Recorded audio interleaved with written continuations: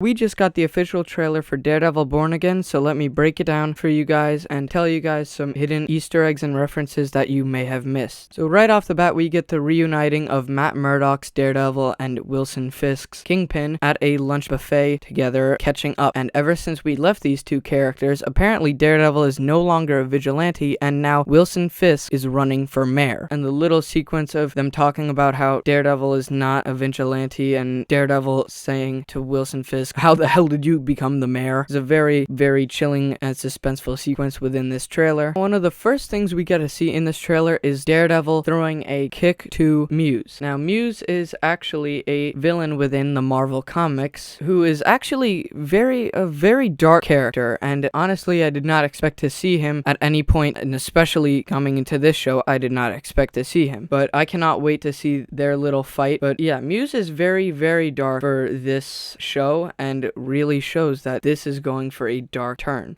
and what he really does to his victims is uses the blood of his victims to paint murals, which is very, very interesting, and I cannot wait to see how they do that within the television series. And also, if you focus on the hands of Wilson Fisk during their meetup, you'll see that Wilson Fisk has a ring on his finger. Now, this means that he tied the knot with Vanessa and married her after the events of Daredevil Season 3, so that is kind of interesting, and I needed to make sure I pointed that out. But while I'm mentioning this, also I want to mention that Daredevil is trying to mirror that he's not Daredevil anymore. He's not only the vigilante, but he's not Daredevil in general right now. And same with Wilson Fisk. He is not Kingpin. Obviously, we cut into shots in the trailer of these two as Daredevil, as Wilson Fisk, as Kingpin, and we get like those back and forths. But for the most part, they are done. They're retired. They're done with their superhero, supervillain careers. And they're trying to settle down and get a life going for them. Now moving on, another awesome reference to the Daredevil original series was the white rabbit in the snowstorm painting on Wilson Fisk's wall. And if you zoom in on it, you could still see the blood splatter from Wilson Fisk's face on it. So I really thought that was a cool little attention to detail. Now, another huge inclusion in this trailer is the appearance of not only Foggy Nelson, but also Karen Page, which I honestly did not expect to see them in this television series, especially considering months ago when they were filming, the original plan was to not have them in this series. But I'm glad Marvel came around and is putting Karen Page and Foggy Nelson back into the Daredevil story. So then the next shot in the trailer is in the city, which is loaded with Easter eggs, starting with the Rogers the musical, which is obviously referring to Captain America and his little play in the Hawkeye's television series. And then we look to the right and see an ad for Pingo Doo from Deadpool and Wolverine next to the comic of Secret Wars, and also in the Incredible Hulk movie when Stan Lee took a drink of it. And also the obvious one is Fisk as mayor. Now, the reason we know he's mayor is because if you look at the bottom of the screen, there's a little edited card that says Wilson Fisk's speech as mayor. So that was a boatload of Easter eggs that were really cool within this trailer. So the next major thing that happens in this trailer is we get to see Jon Bernthal as the Punisher, the return of the Punisher and the introduction of the Punisher within the MCU. And this is wild. The fact that we not only get to see Jon Bernthal come back as the Punisher, and not only that we get to see the Punisher in the MCU, but now alongside Daredevil yet again. This part of the trailer was just awesome. So the next shot, we see Daredevil's mask in the air, but also we have to focus on the ground below this mask.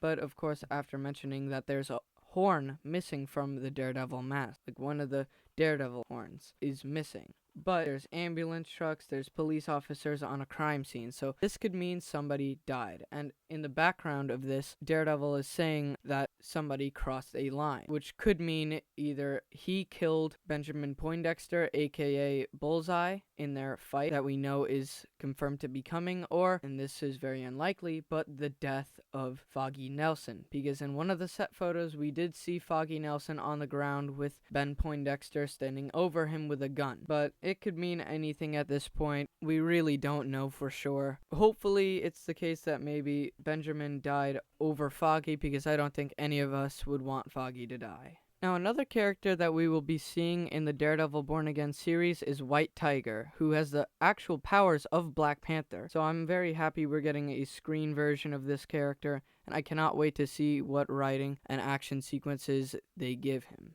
But then we get to see all of Daredevil's masks, the gray, the red, the yellow, and the black, and of course the dark red that he dons within this series and in the previous series as well. These masks are all cool in their own ways, and I can't wait to see what they do with these masks. Whether Daredevil wears them or not, it's still an awesome sight to see. But this has been my trailer breakdown for the Daredevil Born Again television series. I hope you guys enjoy. Like, subscribe, comment. See you guys on the next video.